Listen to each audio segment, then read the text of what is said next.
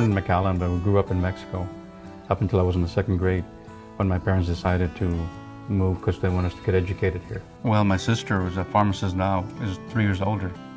So she went to University of Houston. It's the first time she had been out of McAllen, out of the valley. And I thought it was easier for me to transition into that. I'd come visit her, to go to a place where I had been before, because neither one of us had left home.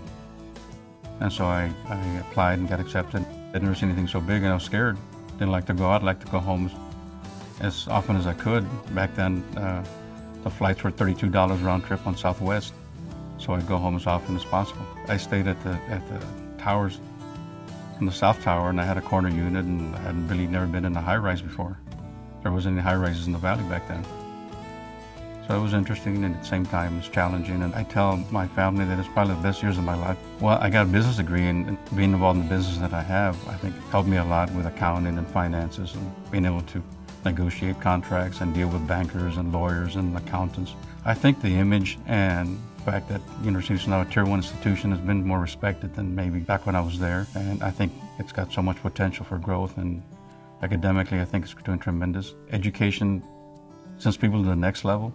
And my belief is that every generation should be better than the last, and the best way to do that is just education.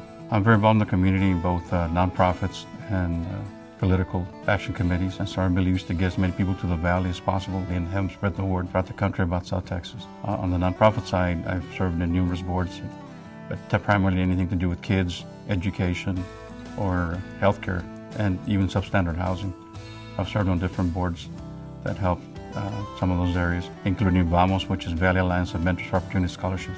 It's a scholarship program we set up about 16, 17 years ago, in which we raised about $20 million to give full scholarships to kids anywhere in the country.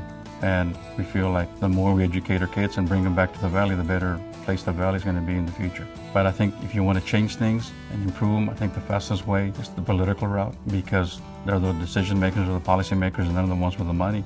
And so we got to educate them as to what the needs are, and we got to just make them aware of what the problems are. And I think usually we can change their minds into changing policies that will help the masses of the population. Parents were very influential with my two sisters and I. One of their goals was that we all get college degrees, which we all were able to do.